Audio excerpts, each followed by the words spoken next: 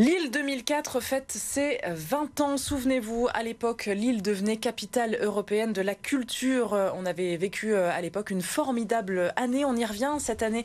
On y revient avec notre invité, le directeur de l'association Lille 3000, Jean-François Chounier. Bonsoir. Bonsoir. Et merci beaucoup d'être avec nous. Un anniversaire fêté au Tripostal demain, mercredi. C'est le lieu emblématique qui a vu le jour il y a 20 ans maintenant. L'idée, c'est quoi? C'est de se rassembler un petit peu et de se souvenir? C'est destiné beaucoup aux enfants, ceux qui n'ont d'ailleurs pas connu par définition Lille 2004. Donc c'est une espèce de transmission aux nouvelles générations. Alors justement, que reste-t-il de Lille 2004 aujourd'hui en 2023-2024 ? Je pense qu'il en reste beaucoup. Moi, je viens d'y arriver, donc j'ai encore le regard de l'extérieur.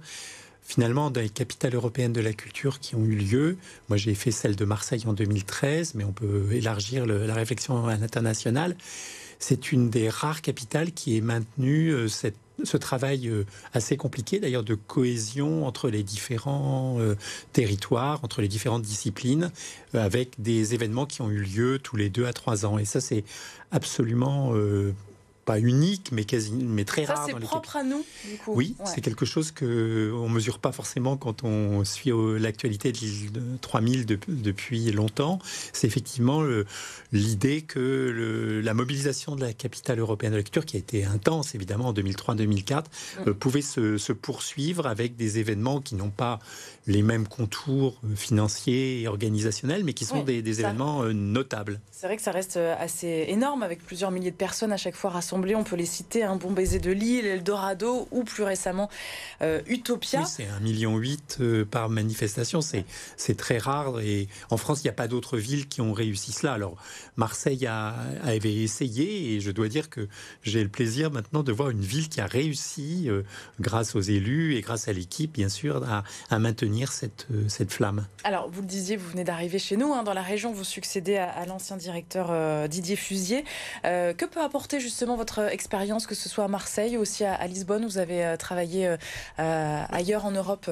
J'ai un peu l'expérience des grands événements, donc je ne suis pas complètement perdu dans cet univers où on essaie de rassembler. J'ai également à Marseille mené une expérience avec les collectivités territoriales, donc mais chaque territoire a ses spécificités, donc je suis très modeste et je suis surtout à l'écoute et essayer de comprendre ce qui fait venir notre public à ces manifestations passionnantes. Les nordistes qui ont plus que jamais besoin de culture en ce moment. Je pense qu'on a tous besoin de culture. Les nordistes ont toujours aimé la culture, donc je ne suis pas inquiet du tout. Au contraire, je suis venu très régulièrement ici. J'étais là d'ailleurs il y a 20 ans, donc j'ai suivi le parcours, j'allais dire sans faute, de Lille 3000. Et j'étais toujours absolument ébloui par la mobilisation d'un public prêt à aller très loin pour partager la culture.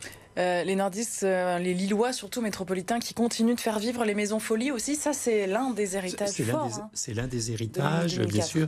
Ouais. Et c'est aussi la politique culturelle de la métropole, et bien sûr celle de la ville de Lille, qui se structure évidemment beaucoup autour de ces événements qui reviennent régulièrement sur son territoire. Alors votre mission, on l'imagine, ce sera de préparer la prochaine édition en 2025.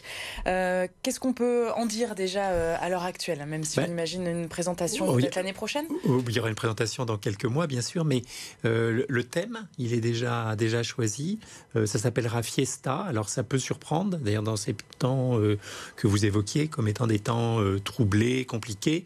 Je pense que le besoin de faire la fête, mais une fête réfléchie, c'est pas faire la fête pour faire la fête, c'est une fête qui est aussi la convivialité, qui est aussi le partage, et qui est une tradition de cette région, et plus que jamais nécessaire. Donc c'est un peu l'idée qui avait présidé au choix de ce thème, qui nous appartient maintenant de décliner, de produire sur l'ensemble des 95 communes de la métropole, et bien sûr en premier lieu à Lille. Qu'est-ce qu'on peut imaginer, sans trop en dire, bien sûr, on imagine, mais sur ce thème-là, c'est inspirant. Oui, alors il y a beaucoup de choses à dire. Il y a des inspirations, c'est-à-dire que on pense aux pays lointains parfois qui ont des formes de fêtes particulières, enfin de l'Amérique latine, Carnavalesque, vous voulez dire, l'Afrique aussi, oui, carnavalesque, ou tout simplement des fêtes où on partage un certain nombre de choses.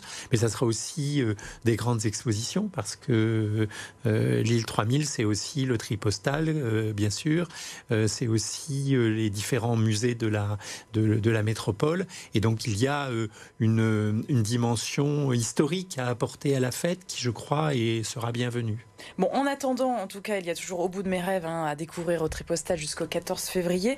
Une nouvelle exposition aussi l'année prochaine en lien avec les JO. Vous allez surfer aussi sur... Après, avec l'Olympiade culturelle, puisque ce qu'on ne sait pas toujours, c'est que les Jeux Olympiques, depuis le baron de Coubertin, avaient un volet culturel. On l'a parfois un tout petit peu oublié. Donc, il y a des choses à apprendre. Ça s'appelle l'Olympiade culturelle. Et donc, on est en train de préparer une exposition qui, dans la lignée des futurotextiles que le public lillois connaît bien, un ensemble une exposition qui travaillera sur le sport et la mode, sur un certain nombre de thématiques qui sont liées au mouvement. En tout cas, vous restez sur la même lignée artistique que votre prédécesseur ? On apporte toujours sa patte, mais je ne suis pas le traître de service qui voudrait... Et c'est quoi votre patte alors ? Ma patte, c'est d'abord d'essayer de bien faire, parce que je pense que dans les métiers que nous faisons, le diable se niche dans les détails, et que la production est parfois plus importante qu'on le croit. C'est pas seulement l'idée, c'est pas seulement inventer des artistes inconnus, c'est aussi... les bien montrer et les partager avec le public. Merci beaucoup Jean-François Chougny, en tout cas d'être venu jusqu'à nous. Merci. Merci.